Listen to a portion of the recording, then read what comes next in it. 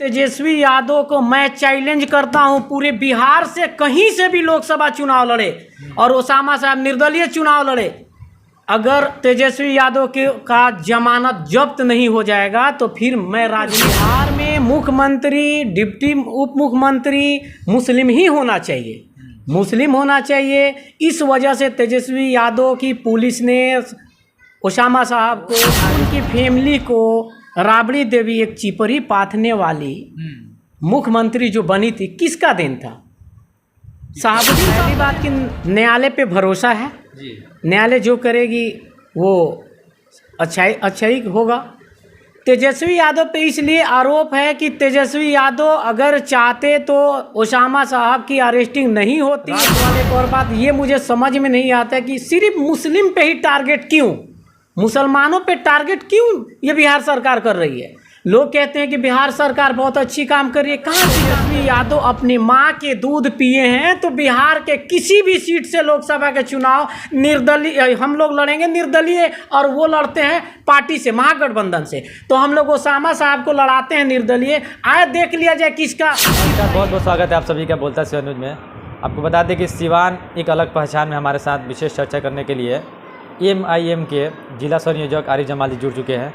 और जिस प्रकार से बता दें कि बिहार में जो राजनीतिक सियासत हो रही है और MIM यानी पूरा जो भारत है दो खेमे में बढ़ चुका है, एक इंडिया और एक NDA, और इसी को लेकर तमाम तरह की चर्चाएं हो रही है। लोग अलग अलग प्रतिक्रिया दे रहे हैं, लेकिन हमारे साथ विशेष चर्चा करने के लिए आरिफ जमाली जुड़ चुके हैं।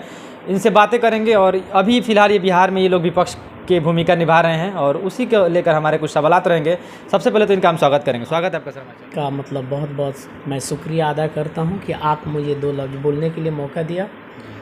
और देखिए जो आज जो बिहार सरकार की जो राजनीति ये लोग कर रहे हैं ये बहुत गलत है। देखिए मैं बता दूं आपसे कि मुसलमान, दलित, अति पिछड़ा वर्ग सबके साथ गलत सलूक हो रहा है, दबले कुचले लोग हैं। और एक बात मैं बता दूं, जैसे ओसामा साहब के साथ जो हुआ है तो ओसामा साहब एक मुस्लिम के नाते उनको फंसाया गया है। ये बिहार सरकार की साजिश है और ये तेजस्वी यादव की साजिश है। तेजस्वी यादव जो हैं वो घबराने लगे हैं कि एक यूथ आइकॉन ओसामा साहब उभर रहे हैं।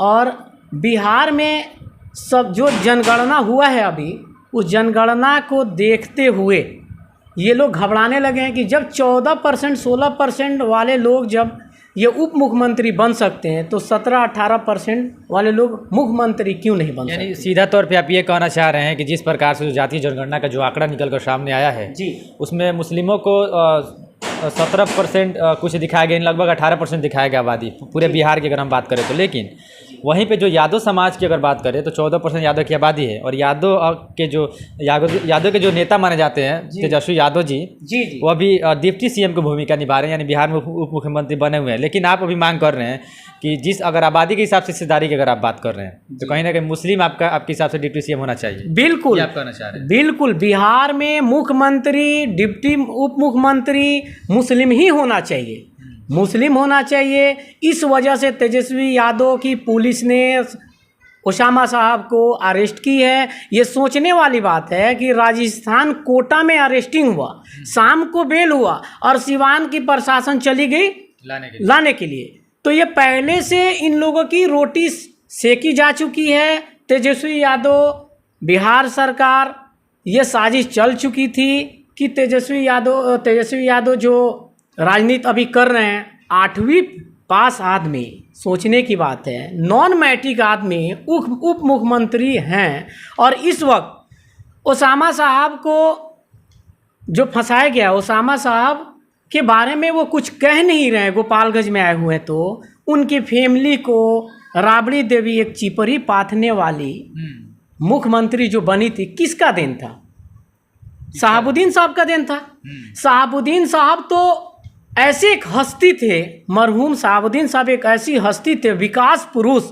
सिवान में 10 साल भी संसद कोई रहा है, अभी भी वर्तमान में है, उतना विकास किसी ने किया नहीं है। कोई एक विकास मुझे दिखा दे। और वो आदमी के फैमिली को, उस आदमी के परिवार को फंसाया जा रहा है आज ये सोचने वाली बात है। नहीं, अगर जिस प्रकार से आप आरोप प्रत्यारोप लगा रहे हैं तेजस्वी यादव पर और उनके जो पार्टी के ऊपर आप आरोप लगा रहे हैं, लेकिन मैं ये बताना चाहता हूँ कि अभी जिस प्रकार से आप कह रहे हैं कि लगातार जो शहाबुद्दीन साहब जो हैं पूर्व डॉक्टर मोहम्मद शहाबुद्दीन साहब विकास पुरुष थे, ये सभी लोग जानते हैं, लेकिन उनके फैमिली से जो ओसामा साहब हैं उनको जिस प्रकार से गिरफ्तार किया गया, कहीं ना कहीं राजस्थान से जो कोटा के रामगंज मंडी के जो थाना जो थे वहाँ पर उनको गिरफ्तार किया गया, शांति भंग करने की जुर्म में उनको गिरफ्तार किया गया था, लेकिन उनको बेल मिल गई जी। लेकिन उसके बाद से सिवान के और जो हुसैनगंज थाना क्षेत्र के जो पुलिस जाती है और उनको वहाँ से लेकर आती है और सिवान का जो कोर्ट है, सिविल कोर्ट, वहाँ पे उनको पेश किया जाता है। पेश करने के बाद से 14 दिन की हिरासत में लिया जाता है, लेकिन कल उनका सुनवाई थी जमानत याचिका, लेकिन जमानत याचिका खारिज कर दी गई है। तो ये आरोप लगा रहे हैं कि इसमें तेजस्वी यादव का हाथ है, ये कैसे? देखिए, पहली बात कि न्यायालय पे भरोसा है जी। न्यायालय जो करेगी वो अच्छा ही होगा। तेजस्वी यादव पे इसलिए आरोप है कि तेजस्वी यादव अगर चाहते तो ओसामा साहब की अरेस्टिंग नहीं होती। हमारे सिवान में आए दिन अपराध होता है, आए दिन हत्या होता है, उसको क्या प्रशासन नहीं देख रही है? आए दिन हत्या होता है और केस भी होता है, किसी का अरेस्टिंग नहीं होता है। दिन दहाड़े गोली मार दी जाती है। और ओसामा साहब को इसलिए फंसाया गया, 2024 लोकसभा की चुनाव है, 2024 में लोकसभा की चुनाव है, तो ऐसे नहीं कि बिहार में कहीं मुस्लिम चेहरा उभर के कहीं आगे हो जाए, ये भी हो सकता है। तो मैं कहना ये चाहता हूँ, बताना ये चाहता हूँ कि तेजस्वी यादव को मैं चैलेंज करता हूँ, पूरे बिहार से कहीं से भी लोकसभा चुनाव लड़े और ओसामा साहब निर्दलीय चुनाव लड़े, अगर तेजस्वी यादव का जमानत जब्त नहीं हो जाएगा तो फिर मैं राजनीति में छोड़ दूंगा। यानी आप सीधा तौर पे ये आप कह रहे हैं, तुलना कर रहे हैं तेजस्वी यादव से और ओसामा को, कि अगर तेजस्वी यादव किसी पार्टी से चुनाव लड़ते लोकसभा और ओसामा अगर निर्दलीय चुनाव लड़ते हैं तो जीत जाएंगे। 100% ओसामा साहब अगर निर्दलीय चुनाव लड़े या मेरी पार्टी से चुनाव लड़ते हैं तो और बेहतर। हमारे पार्टी से अगर चुनाव शहाबुद्दीन फैमिली के अदर कोई भी चुनाव लड़ता है तो मैं चैलेंज करता हूं कि बिहार के किसी भी कोना से 5 लाख वोट से हम लोग जीतेंगे। ये देखिए, ये बहुत बड़ी बात कर रहे हैं MIM के ये जिला संयोजक आरिफ जमाल जी, बहुत बड़ी बात कर रहे हैं। जिस प्रकार से ये सीधा चैलेंज कर रहे हैं, ये एक बहुत बड़ी चैलेंज है जो हमारे बिहार के सूबे के जो उप मुख्यमंत्री तेजस्वी यादव जी हैं, उनके अगर खिलाफ ओसामा को खड़ा किया जाए किसी भी लोकसभा क्षेत्र से, चाहे सिवान हो, गोपालगंज हो, छपरा हो, किसी भी लोकसभा क्षेत्र से, तो ओसामा के वहाँ पे जीत हो जाएगी, ऐसा इनका कहना है। तो क्या लगता है कि अभी जो मामला चल रहा है, ओसामा साहब का जो मामला विलंबित है, अभी कोर्ट में मामला है, न्यायालय के हिरासत में है, न्यायालय का जो फैसला आएगा वो आप लोग मानेंगे कि नहीं मानेंगे? बिल्कुल, हम लोग न्यायालय के साथ हैं। न्यायालय जो करेगी अच्छी करेगी, न्यायालय के हम लोग फैसला को मानते हैं। रास वाले एक और बात ये मुझे समझ में नहीं आता कि सिर्फ मुस्लिम पे ही टारगेट क्यों, मुसलमानों पे टारगेट क्यों ये बिहार सरकार कर रही है? लोग कहते हैं कि बिहार सरकार बहुत अच्छी काम कर रही है। कहाँ अच्छी काम कर रही है? पूरे बिहार में सबसे ज़्यादा अपराध हमारे सिवान में है, दिन दहाड़े हत्याएं हो रही है, इस पे बिहार सरकार नहीं देख रही है। तेजस्वी यादव को मैं इसलिए चैलेंज किया कि तेजस्वी यादव की मैं जानता हूं, मेरी पार्टी जानती है कि हमारे 4 MLA को जो इन लोगों ने तोड़ दिया, तो इस वजह से हम लोग जानते हैं कि ये लोग क्या कर सकते हैं। तो तेजस्वी यादव को मैं फिर कह रहा हूँ, दोहरा रहा हूँ कि अगर तेजस्वी यादव अपनी माँ के दूध पिए हैं तो बिहार के किसी भी सीट से लोकसभा के चुनाव निर्दलीय हम लोग लड़ेंगे, निर्दलीय, और वो लड़ते हैं पार्टी से, महागठबंधन से। तो हम लोग ओसामा साहब को लड़ाते हैं निर्दलीय। आए देख लिया जाए किसका कितना ये है बिहार में। हम लोग, हमारे पार्टी शहाबुद्दीन फैमिली को, पूर्व डॉक्टर मोहम्मद शहाबुद्दीन साहब आज दुनिया में नहीं रहे, बहुत अफसोस की बात है। विकास पुरुष थे, उनके पुत्र ओसामा साहब हैं, उनको राजनीति के द्वारा फंसाया गया है। ये अपने बिहार में ये लोग सोच रहे हैं, तेजस्वी यादव सोच रहे हैं कि बिहार में हमारी सत्ता आएगी 2024 में, जमानत जब्त हो जाएगा। 40 सीट है, 40 सीट में अगर 20 सीट ये लोग ला देता है तो हम राजनीति छोड़ देंगे। अभी भी एक भी सीट नहीं है राजद, अभी तो एक है ही नहीं, गठबंधन में है। तो मैं कह रहा हूँ गठबंधन में नीतीश कुमार तो पलटू चाचा है, जो सब लोग जानते हैं। नीतीश कुमार के वजह से कहीं कोई सोचे कि बिहार में सत्ता इन लोग की मजबूत होगी। आरिफ जी, एक सवाल बनता है कि चलिए, अभी बात हो रही है राजनीति की, तो पूरे भारत में 2 खेमा में बटा हुआ है पार्टियां, 2 खेमे में बटी हुई है। पहला इंडिया और दूसरा एनडीए। जी जी बिल्कुल। इंडिया का स्थापना फिलहाल अभी हुआ है और एनडीए का बहुत पहले हो चुका था 2001 में। लेकिन अभी आप लोग का जो पार्टी है, अभी आप लोग की पार्टी जो है बिल्कुल न्यूट्रल है। किस में जाएगी पार्टी आपकी, एनडीए में जाएगी या इंडिया में जाएगी? ये हमारे आला ये हमारे आला कमान फैसला करेंगे, हमारे प्रदेश से फैसला होगा, राष्ट्रीय अध्यक्ष बालिस्टर असदुद्दीन ओवैसी साहब फैसला करेंगे।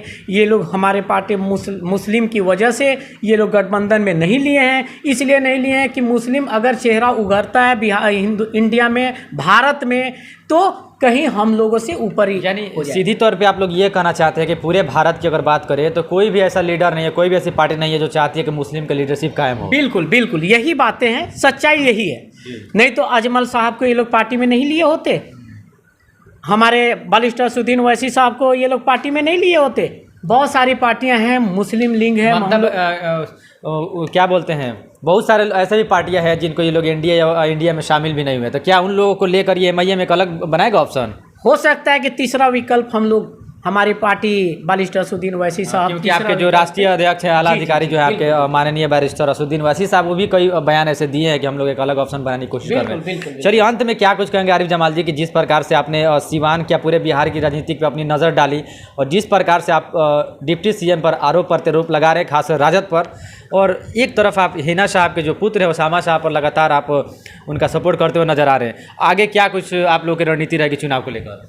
चुनाव को लेकर जैसे हमारे आला कमान जो फैसला करेगी उस पर हम लोग अटल रहेंगे, और हमारे बस यही लड़ाई है, मुस्लिम, दलित, अति पिछड़ा, दबे कुचले लोगों के हम लोग साथ में हैं। हमारी पार्टी सपोर्ट करती है। जो लोग इस वक्त जिसकी न्याय नहीं मिल रही है, जिसको मतलब अदर लोग परेशान कर रहे हैं, उसके लिए हम लोग खड़े रहते हैं।